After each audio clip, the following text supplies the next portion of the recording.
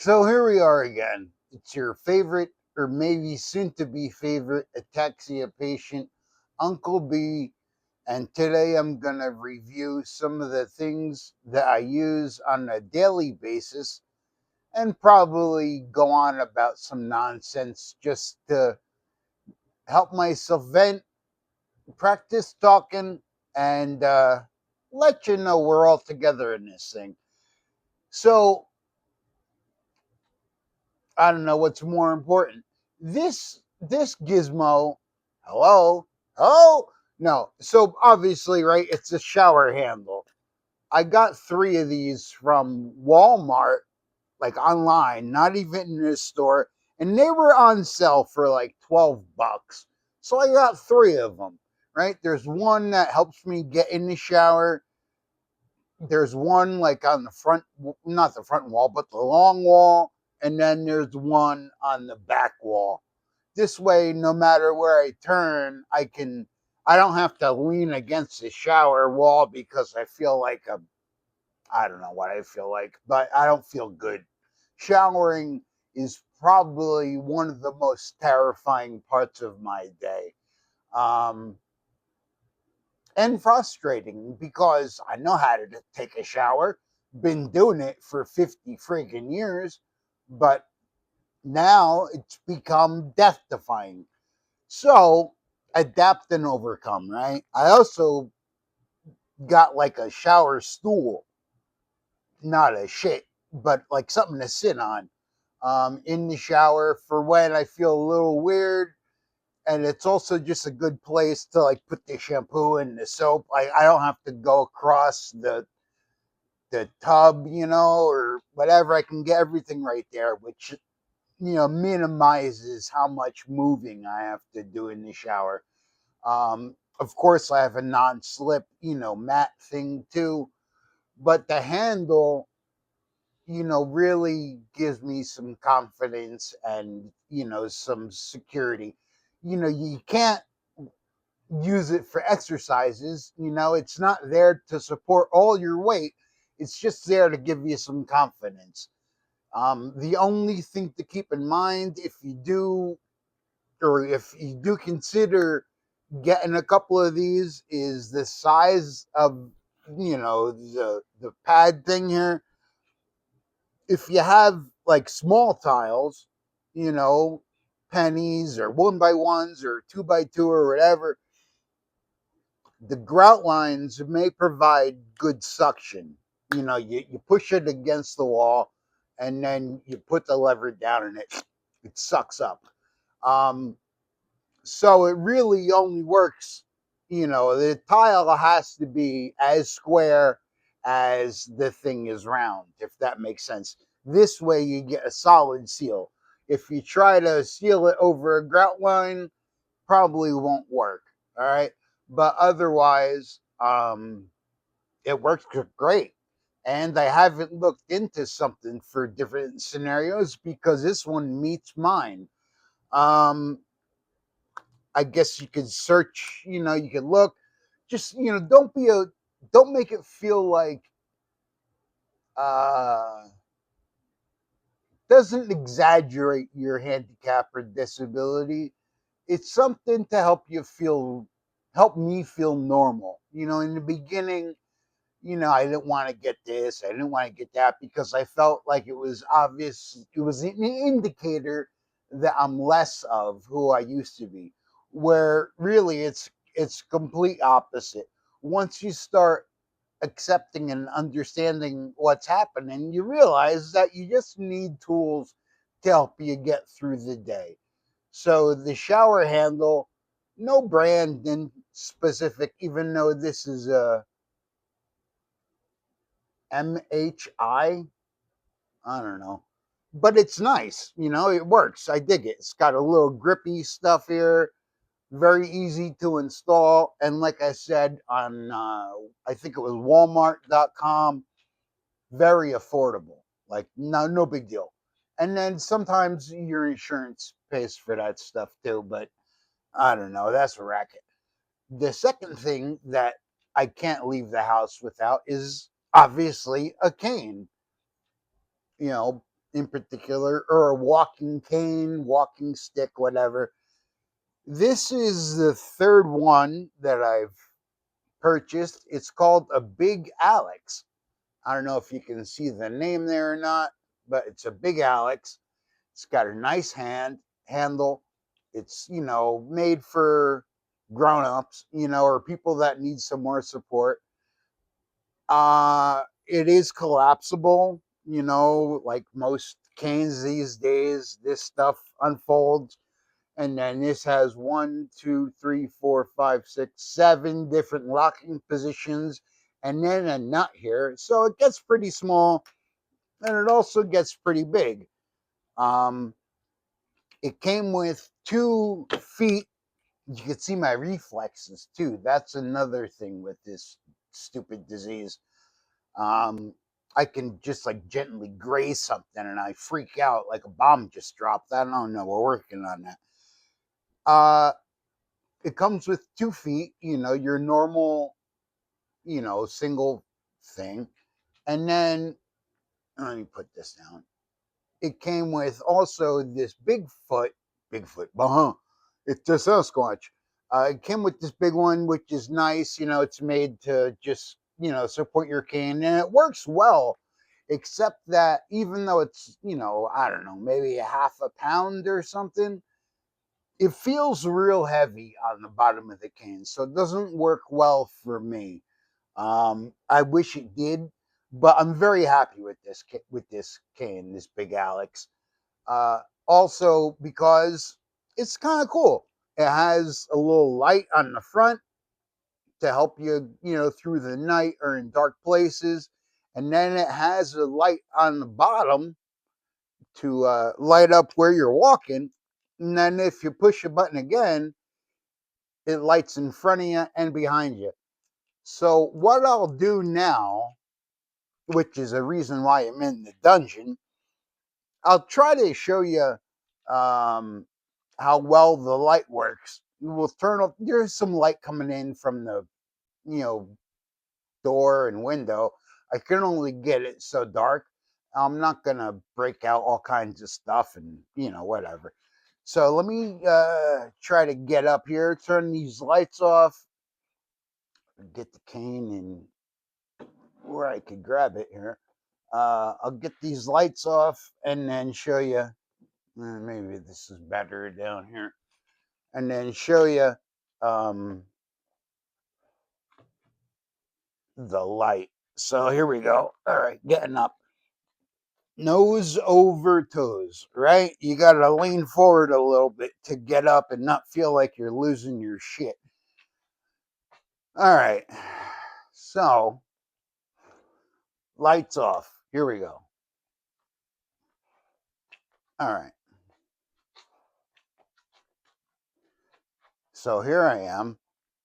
Let's see if this. Yeah, hopefully, you can see, right? It's pretty bright and it's pretty bright down here. So, that's that one. Um, you push your button again, and I don't know. We'll just do that. Maybe you can see it, right? It's a not, it gives you a pretty good radius, I guess, or whatever pattern of light. Like it lights the ground up enough, 2, 3 feet in front of you, a little bit of the side of you, and I don't know. It's kind of cool. I haven't really gone and done much of the things I used to, like concerts and sporting events. But I figure, it's also a good way for people to notice that, hey, this guy has a cane. Maybe I should be a little more courteous, in dark situations or whatever. And plus, cool things also often lead to a little conversation. Somebody asks you about it. It opens a. All right, I'm gonna try to sit down here. It opens the door to a conversation. You never know who you're gonna bump into or help, which is a part of. Oh, there we go. which is a part of why I'm doing this. It's like I need to help myself. I need to practice. I need to be comfortable with what's happening and who I am now. Uh, you know, the ataxia journey, whatever you want to call it, started a few years ago. And, you know, it, I thought I had maybe a mini stroke or two. There were a couple of times that I kind of woke up super, super dizzy, whatever, and like a odd sensation. But at the time, I was working so much and really not being responsible. I was drinking away pain mentally, emotionally, physically, and, just pushing through. But I noticed over the course of like a year or so, my balance became worse. Going up and down stairs became more of a challenge. When I'd meet the guys for a couple of beers after work, I'd be like 2 beers in, 3 beers in, which really is, I was drinking Miller Light. I wasn't pounding, 12% Imperial IPAs or something. Um, but after a few drinks, I would be like super drunk, not mentally, but I guess mechanically or physically. My balance would go real bad, my speech would get real slurred, and it was hard to understand. uh Eventually, make a long story kind of short, I didn't work anymore. I wasn't looking for a new job because I couldn't figure out what the heck I could do. But after a couple of years of really, living in who knows what, thinking all kinds of things and this and that, and I got the insurance together. My initial team of doctors, like a PCP, neurologist, I wasn't really happy. It took me 6 months, whatever, to get a new neurologist, new PCP. My new neurologist is awesome, Dr. Stein, out of St. Joseph's Hospital Network. She's great, very understanding, very empathetic. Ataxia specialist? No, but a very good home team doctor. I have an appointment coming up in 6 weeks or so at the Penn Ataxia Clinic in Philadelphia. It's done by Penn University. Apparently, they have some of the, I don't know, greatest minds in the field. I don't know. There's some guys, it's specialized, like it's an ataxia joint. I'm waiting on results of my second DNA test. The first one discovered two VUS, variants of unspecified significance or whatever the heck it means. I could probably look it up, but whatever. VUS, right? Google it. Which basically confirms ataxia, but an uncertainty of which variation. Uh, it was enough to get disability, which is a whole nother topic. I don't know, disability, curse and a blessing, right? You got something guaranteed coming in, but now you're officially disabled. So that's another hurdle, to accept and to explain to people because, folks nowadays are hard to convince of anything. Um, where is I going? Oh shit. Yeah. What was I talking about? Who remembers my Philly, Penn, Ataxia, Specialized Clinic, this and that. So to maybe meander back to the original thought was Penn Ataxia Clinic is coming up. It's very specialized. I'll meet with them. Yeah, DNA test. So the first one, proved that I have, some form of SCA. And now we have a test in to see which variant. We're kind of hoping that it's 27B because one of the medications they use, I believe in MS, delphampedrine or something, they're they're prescribing it off label to maybe alleviate some of the symptoms of 27B. They found evidence that it works in that, but with so many different variations, we're all in a boat, not necessarily the same boat. You know what I mean? It's like it's very a lot of the symptoms, are the same, but the cause is still I don't know. I'm not a doctor. There's like a bunch of different variations. So we're going for that. Um, the clinic in Philly will test further if it's not 27B. They're interested in getting to the bottom of it. Um, being that university, Penn University, I believe it's like a teaching hospital or something. I'm just looking forward to it. I don't know. My neurologist is on board with it. She said anything, any help you can get, any resource that you find is great. And also, she made me feel good by saying, she's proud of me for not just being complacent. I don't live every day as an ataxia warrior and this and that. Some days I spend, most of the time on the damn couch because how can you not be upset? Every once in a while, the harsh reality comes in and it sucks. Um, I do my best to find inspiration and happy moments here and there.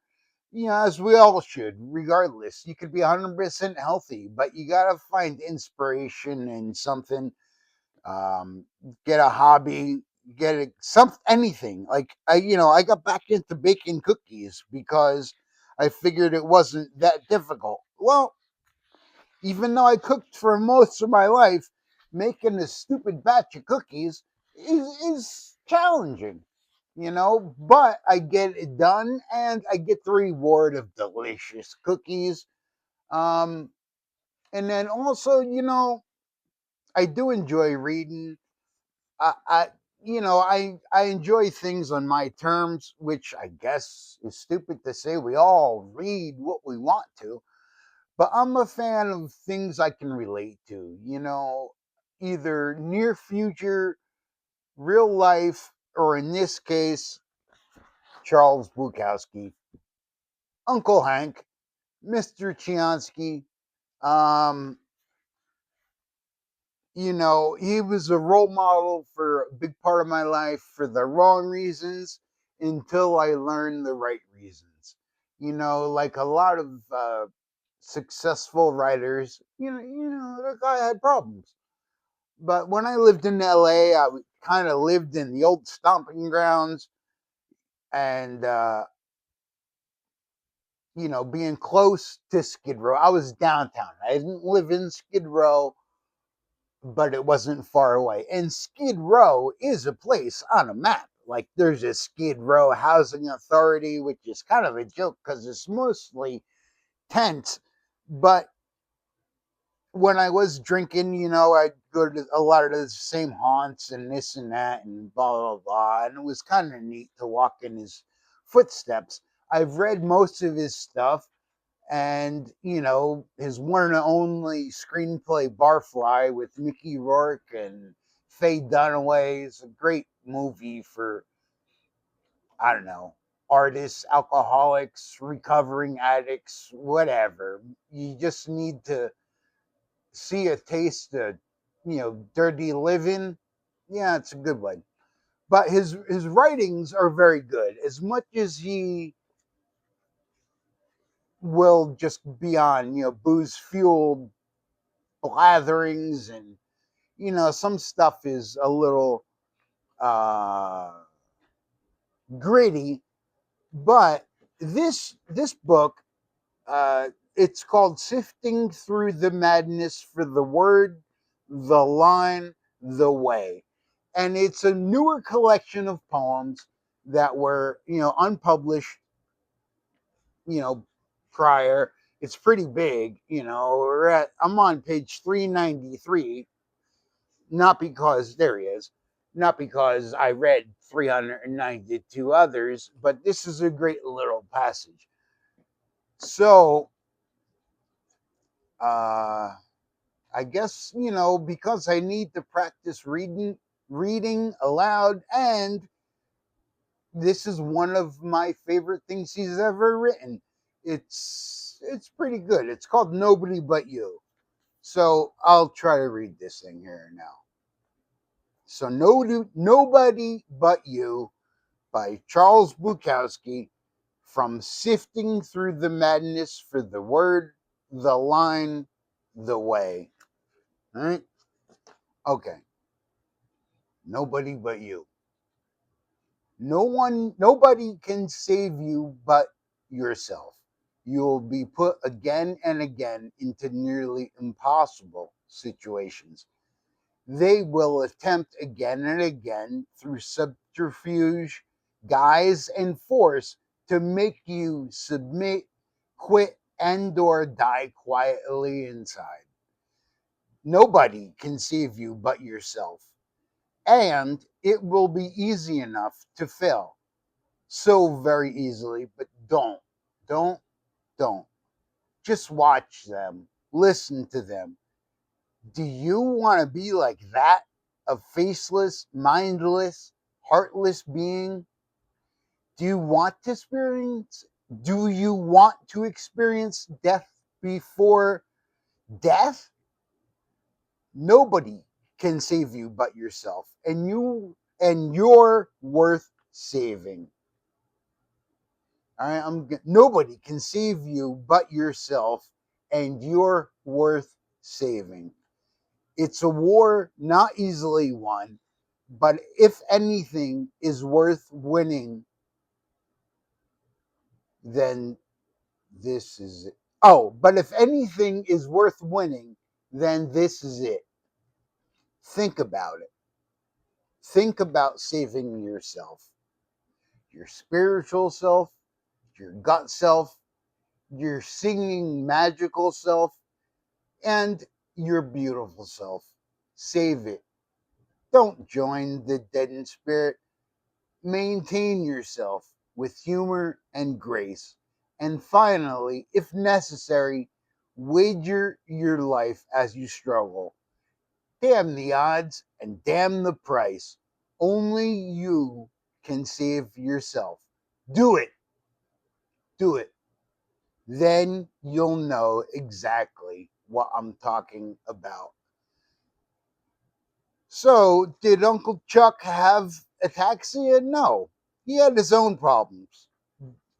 And within them, and going through his life, either he learned how to handle his situation, or at least pass along the advice that he doesn't take himself, but he's willing to give. Um, which is what we all should do. Give advice on things you've experienced. Share your ups and downs. Um, if we can educate or enlighten one or two people, great. If someone gives you the opportunity to express yourself, and be yourself, take advantage of it. You know, it's a lonely world for us. Uh, Mostly what I've learned is that I make it lonely out of my fears of not being accepted, or my embarrassment for not being, able to do the things I used to do. But with help of, certain devices, hello, shower thing, a good walking stick, I have a great rollator, which is really cool. And I look forward to sharing with you when the weather gets a little better. I don't feel like getting bundled up and dicking around outside. But it's really cool. And again, these tools don't make you more handicapped, they make you less, because it's an ability to just be as active as you can. It enables us to not be left out of certain things and to embrace what's going on. So remember that nobody can help you but you, right? We have to help ourselves first. We have to show interest in ourselves and not just assume that because there is a foundation that all your questions are going to be answered immediately. It is a global disease. It is a large network, but it doesn't have the resources yet that MS or Parkinson's or other things have. It's unfortunate. It's hard. Being disabled is a curse and a blessing, like I said earlier, and we got to make the best of it. So I feel like today I can go on forever. I don't know if people want to hear it or not. Um, but I'll keep this. I guess we're done. We'll just keep it at that. Uh, the summer's around the corner. I'm looking forward to getting outside and being more active. Winter does shut me down a bit. It always has. Um, so I'm definitely looking forward to, you know, being more active. Um, and I'm looking forward to what happens at Penn. There'll be a lot more, well, there'll be more videos before then, but definitely afterwards, I'm going to go through I'm going to explain whatever, share my experiences with them. And who knows, maybe I'll even film some of it just to see what happens. Uh, yeah, so find something inspirational or relatable. uh what's good about finding anything relatable is understanding that you're not alone, right? Just like any other support group, any kind of anonymous meeting or whatever, the biggest benefit from those situations, those scenarios, is understanding that we're not alone, that someone else is going through or went through the same thing, if not worse. Uh, don't be afraid to reach out to folks when you need to talk. They're not always going to be there, and there's nothing we can do about that. But do your best to have a small network. Uncle B's always here. You can message me, Instagram, YouTube, Facebook, which, by the way, I guess like and subscribe, right? Isn't that what they say? Like, share, and subscribe. Um, and I say that, would it be fun to become Mr. Beast and this and that? Yeah. But really, I want to spread this channel in an effort to show folks that anything's possible. And who cares what people think? As much as I'm doing this for anyone watching, this is a big part of my treatment and therapy. as you know, and as I said before, there's no mainstream drug yet. There's a lot of testing going on, but our therapies, speech therapy, occupational therapy, physical therapy is our real only medical help, you know, psychologists, psychiatrists, even though I'm not a big fan of, benzos or nothing, but if it's getting really dark, if you're really like, kind of at rope's end, which is understandable, you're allowed to be. I was there. I still get there sometimes. Um, Talk to someone. I didn't take the step of going to a psychiatrist because, like everyone else, I think I know what's best.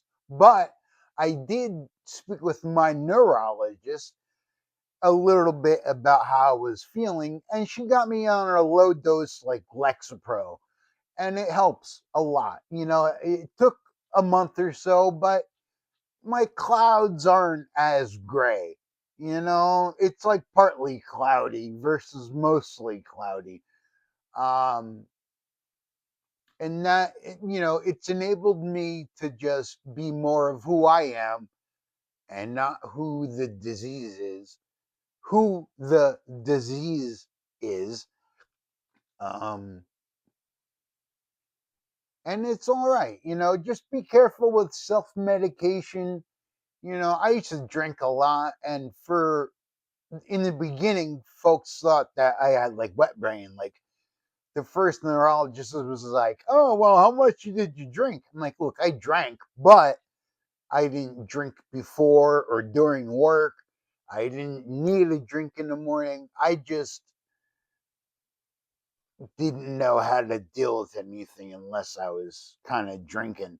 That's a story for another day, maybe a teaser. We'll talk about, alcoholism a little bit and just decision making and understanding yourself and why you do it or why you did it. Briefly, I will say that I spent a lot of time in bars because I didn't really have many folks to look up to. I didn't have an older role model. My dad was killed when I was 10. My grandfather died when I was 12. I don't have any older brothers or sisters. Um, my family, my uncles or whoever's left alive is all pretty much dispersed. I'm in touch with a few family members, but coming up as a kid, maturing, I kind of had to do it on my own. I had great guidance from my family, but I never had that masculine authority or direction. Never. It was just figure out how to be a man on your own. So when I was old enough and I was working hard, um, I'd go to the bar with the dirty boots like all the other guys and sit down and really just felt good being in that family environment, right? The booze was, I don't know, circumstantial. I never went for the drink, I went for the company, but I lacked the willpower to say enough is enough. Um, and, I never got my ass beat to learn that I can hurt myself by making bad decisions. Uh, I guess the moral of that is don't blame yourself for everything that you've been through. And remember also that good or bad, it's a lesson learned. Um, Taught me a big lesson. Yeah, sure did. So, anyway, that's Uncle B's reviews of everyday things that help me not fall down and give me some confidence. I hope you enjoyed it. got a little something out of it. Uh, yeah, make some cookies, have an omelet. Go online, look up look at recipes that are simple, just something to get you going. Sometimes the goal of just treating ourselves, it's kind of lackluster. But if there's a reward, sometimes there's better motivation to make it happen. Yeah, making cookies is a pain in the ass, but you get cookies. Making banana bread is a pain in the ass, but you have banana bread. Making your bed can be a pain in the ass, but how nice is it to get into a nice, comfy bed, right? Little things that make the day better make a big difference. So do your best to do them and don't be mad at yourself.